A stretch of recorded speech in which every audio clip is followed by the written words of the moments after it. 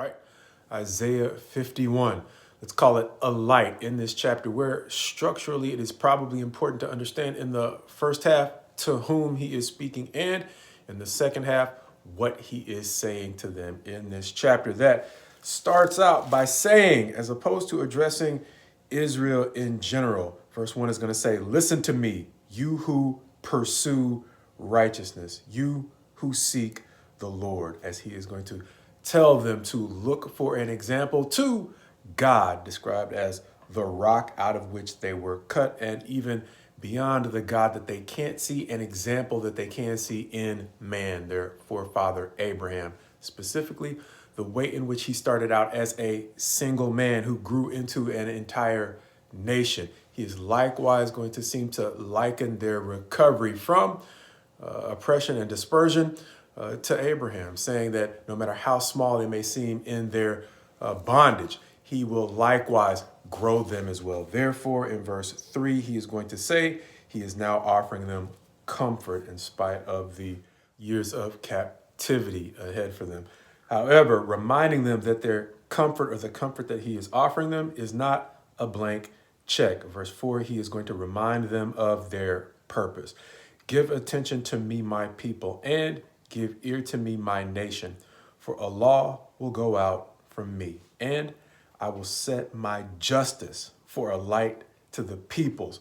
Going on to talk about the way in which in verse 5, the peoples or the coastlands will hope for not only his justice, but they will seem to likewise hope for his righteousness and his salvation. Israel having a role in that by establishing or reestablishing the justice for which they hope. Understanding that even the earth is temporary.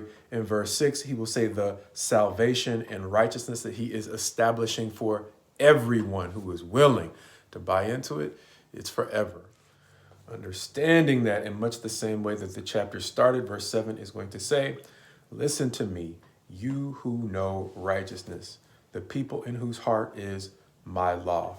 He's going to go on to tell them not to fear the reproach of the reviling of men, because once again, they are temporary, as opposed to verse 8, his righteousness being forever and his salvation being to all generations. Understanding the end of verse 8, verse 9 is going to pick up the second portion of the chapter by calling them to understand what he is saying, calling them in spite of their circumstances, and no matter how bleak those circumstances might seem, to awake and put on strength, because they are the redeemed who are soon going to be returned to their homeland, and not simply returned exhausted and in shame, but verse 11, and the ransomed of the Lord shall return and come to Zion with singing.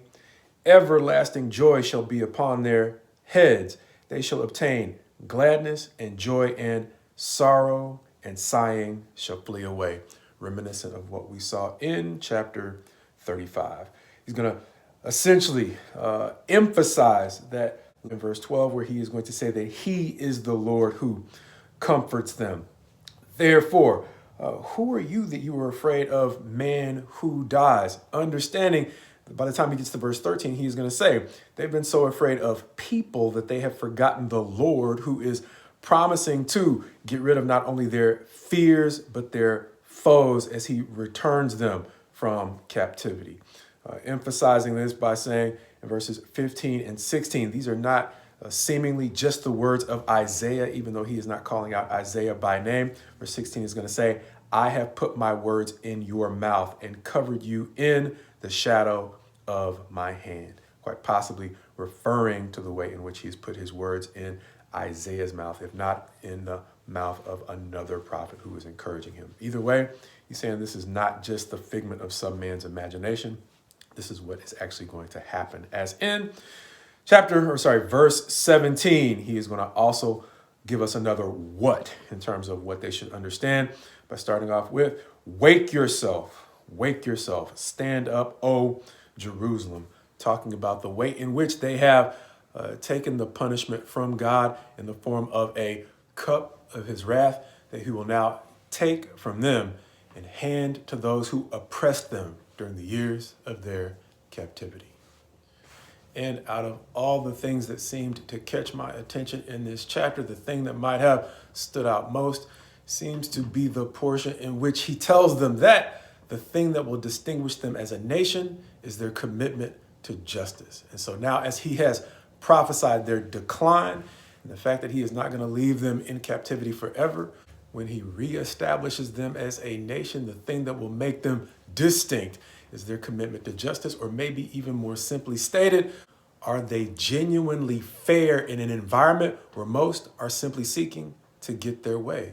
A principle we have mentioned before that we will see once again in chapter 58 as he talks about the way in which in their current condition, they're complaining because it doesn't seem like God is answering their prayers, even when they are praying and fasting, because he is talking about the way in which they are simply seeking to get their way.